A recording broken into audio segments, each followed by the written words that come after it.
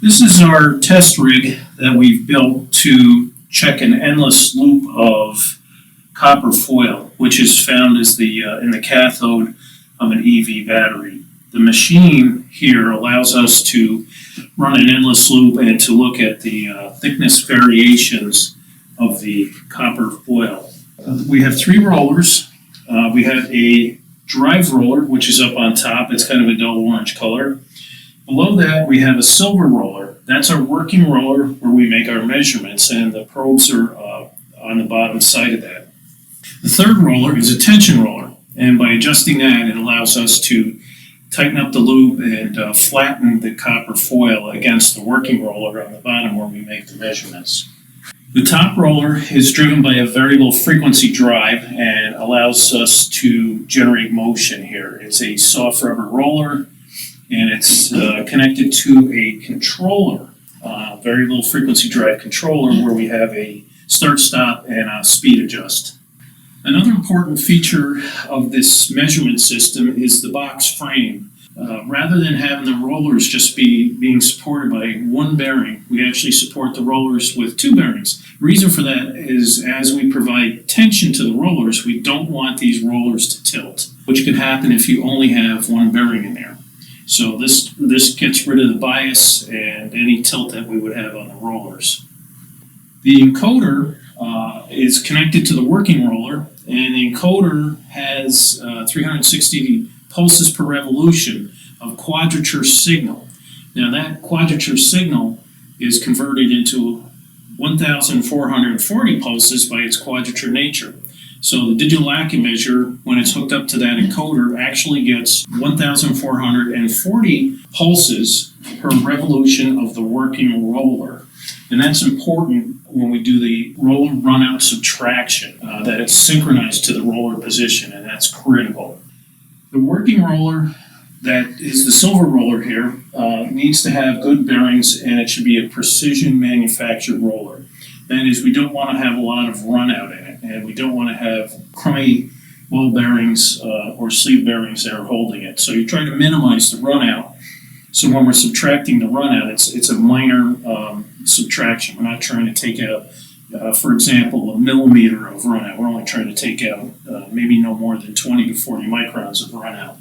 The probe mounts, which are on the back side of the rig, have three probes in this case, and we only need two probes to make this measurement. We instrumented the rig with three probes so we could monitor both sides of the working roller to be able to see the effects of the roller tilt and bearing runout. So to start up the AccuMeasure Basic program, to get our digital AccuMeasure configured correctly, and to be able to get the probe, what we're going to do is come into the AccuMeasure folder here from the program that was previously installed. And we click AccuMeasure Basic. And the first thing we're going to do is scan for units. So we're going out over the USB connection here to find what units are attached, and we can see up in this window up here that we have a unit attached. That's the one we want to talk to. We hit connect, and the next thing we're going to do is go into user settings, and we want to select the correct filter. In this case, 500 hertz would be good, and we have three probes, so we're going to set that for all three channels.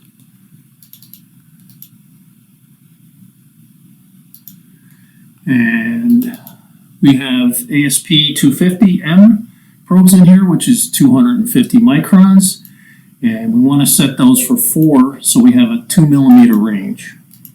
So I'm going in here on all three probes to this pull down window here, setting them to 4x, which will give us 2 millimeters of range.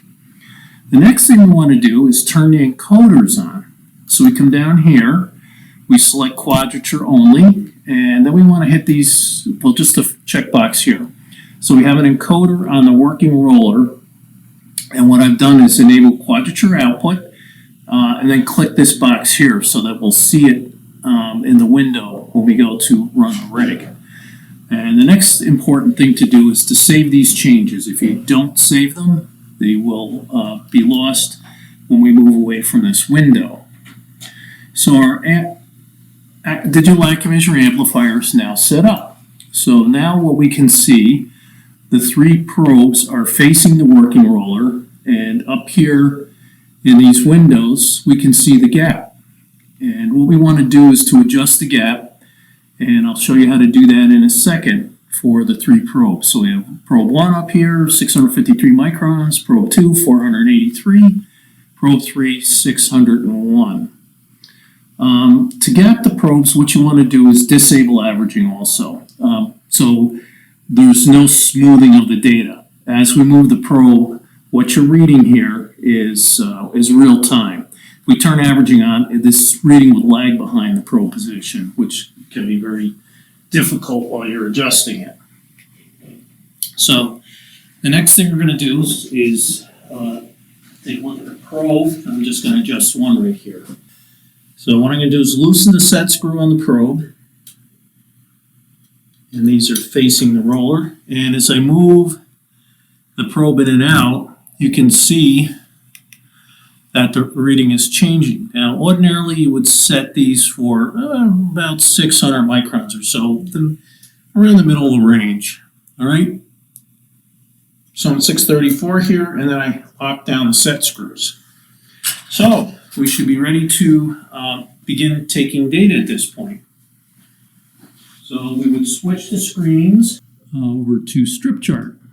And I click on this, start monitor, and I have the 3 probes here.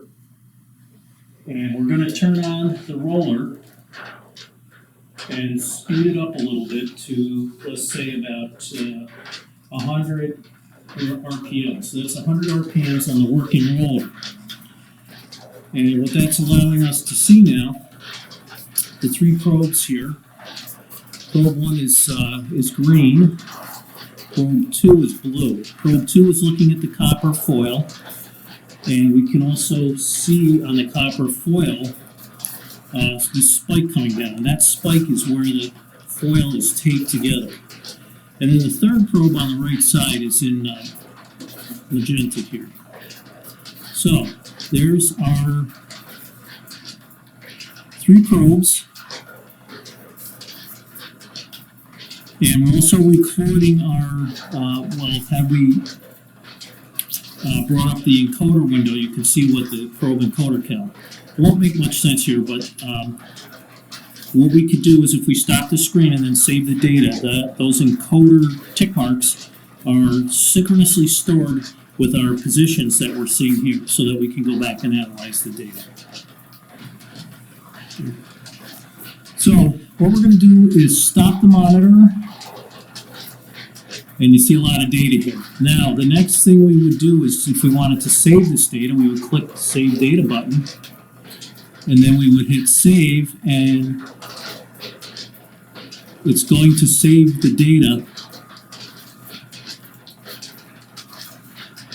into this file right here. In this case, it's called monitor data CSV, but that could be any file of our choosing. We could just call it test number 1. And that would be your comma-separated values, which you can then import into a spreadsheet or any other program for data reduction.